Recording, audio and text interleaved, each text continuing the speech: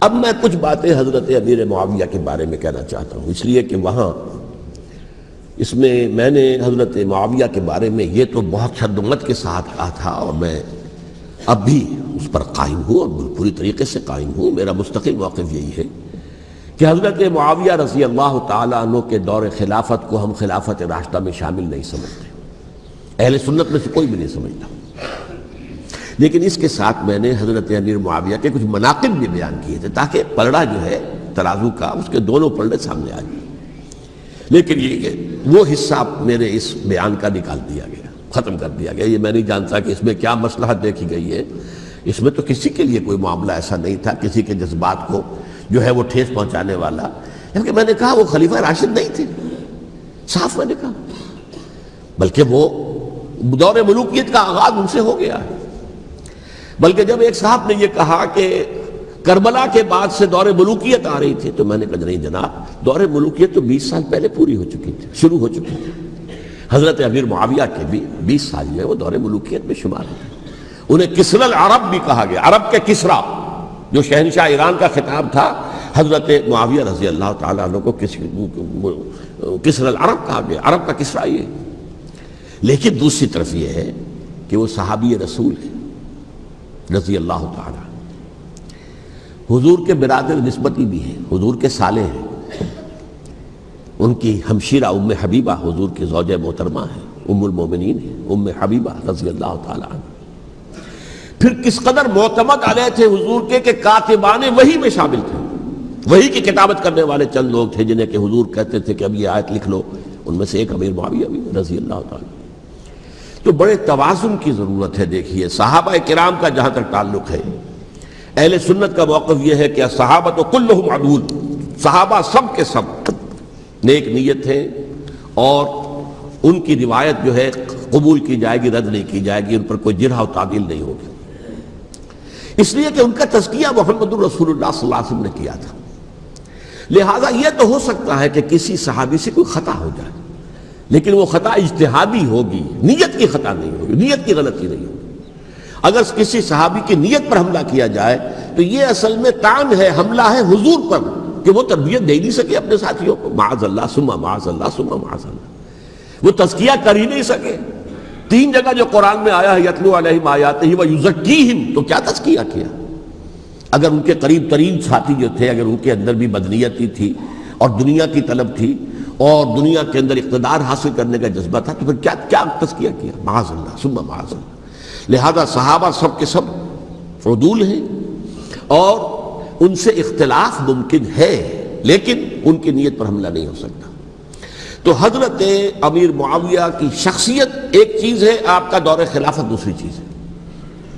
شخصیت کے اعتبار سے صحابی رسول ہیں، برادر نسبتی ہیں حضور کے صلی اللہ علیہ وسلم، اور پھر یہ کہ اس قدر معتمد علیہ ہے صحابہ میں سے کہ وہ کاتبان وحی، یہ عام آدمی کے کرنے کا کام نہیں تھا جو وحی کی کتابت کرے، اللہ کے کلام کی۔ البتہ یہ ہے کہ جیسا کہ میں نے عرض کیا، ان کا دور خلافت راشدہ نہیں ہے، وہ ملوکیت کا دور ہے۔ یہ میں نے جیسا عرض کیا، میں نے ایک صاحب نے جب یہ کہا کہ ملوکیت شروع ہو رہی تھی، میں نے کہا شروع نہیں ہو رہی تھی، ملوکیت تو 20 سال پہلے شروع ہو چکی تھی۔ اسی طریقے سے ایک صاحب نے کہا تھا کہ اسلام کو قائم کرنے کے لیے حضرت حسین میدان میں آئے، میں نے کہا یہ بھی غلط ہے، اسلام تو 60 سال پہلے قائم ہو چکا تھا، نبی اکرم صلی اللہ علیہ وسلم کے دستے مبارک سے اسلام قائم ہو گیا، جاء الحق وزهق الباطل ان الباطل کان زهوقا، پھر 30 برس تک وہ کامل شکل کے اندر قائم رہا۔ تو اسلام جو ہے وہ جو ہے در حقیقت اب قائم کرنے والی بات نہیں تھی، البتہ اس کے اندر زوال شروع ہو گیا تھا، اس زوال کے عمل کو روکنے کے لیے حضرت حسین میدان میں آئے۔ یہ ایک چیز کو صحیح تاریخی پرسپیکٹو میں رکھنا، تو جس طرح سے دین کو قائم کرنے کے لیے دیکھیے قائم تو کیا محمد رسول اللہ صلی اللہ علیہ وسلم والذین معہ رضی اللہ تعالیٰ عنہ، انہوں نے کیا تھا۔ ہاں اب جو ہے وہ اپنی اس شاندار حیثیت سے نیچے گرنے لگا تھا، وہ میں بعد میں عرض کروں گا کہ میں نے اسے کیا عرض کیا تھا کہ یہ اس زوال کو روکنے کے لیے کسی طریقے سے یہ اپنی اصل حقیقت میں قائم رہے، یہ حضرت حسین رضی اللہ تعالیٰ عنہ کی سعی تھی۔ اچھا، حضرت امیر معاویہ کے جو 20 سال ہیں وہ پورے امن، سکون، اطمینان، کوئی جھگڑا، کوئی فساد، کوئی اختلاف، کوئی باہمی خانہ جنی، کچھ نہیں۔ 20 سال. یہ بھی تاریخ کی بڑی چشم کشا حقیقت ہے جو عام طور پر لوگوں کے علم میں نہیں ہے.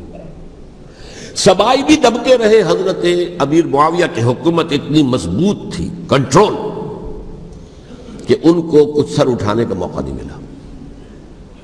موجود تھے, دبکے رہے. جیسا کہ میں نے کہا, ریولوشن کے آخری مرحلے پر آ کر جو مخالفین ہیں وہ دب جاتے ہیں کہ پھر دیکھیں گے, موقع ملے گا تو پھر لیں گے ان سے حساب کتاب. 20 سال رہے ہیں پورے امن کے. 10 سال کے بعد یعنی درمیان میں ہے حضرت امیر معاویہ کا عہد خلافت. ایک صحابی جو کہ بزرگ صحابہ میں سے ہیں, مغیرہ ابن شعبہ رضی اللہ تعالی عنہ, وہ آتے ہیں اور وہ کہتے ہیں کہ دیکھیے امیر المومنین, کتنی بڑی خانہ جنگی رہی تھی مسلمانوں کی آپس میں, اور اب بھی اگر آپ کسی کو نامزد کیے بغیر چھوڑ گئے امت کو تو پھر خانہ جنگی ہو جائے. 1 لاکھ اس وقت جو ہے وہ ہلاک ہوئے تھے, نہ معلوم اب کتنے ہلاک. لہٰذا آپ اپنی زندگی ہی میں نامزد کر دیجئے کسی کو خلیفہ, ولی عہد بنا دیجئے. حضرت امیر معاویہ نے ابتداءً جو ہے انکار کیا نہیں, لیکن ان کے دلائل ایسے تھے وزنی, اور میں سمجھتا ہوں کہ وہ بات صحیح تھی جو مغیرہ ابن شعبہ نے کہی, اس لیے کہ اب صحابہ کرام میں سے جو کبار صحابہ تھے وہ تو سب دنیا سے رخصت ہو چکے تھے.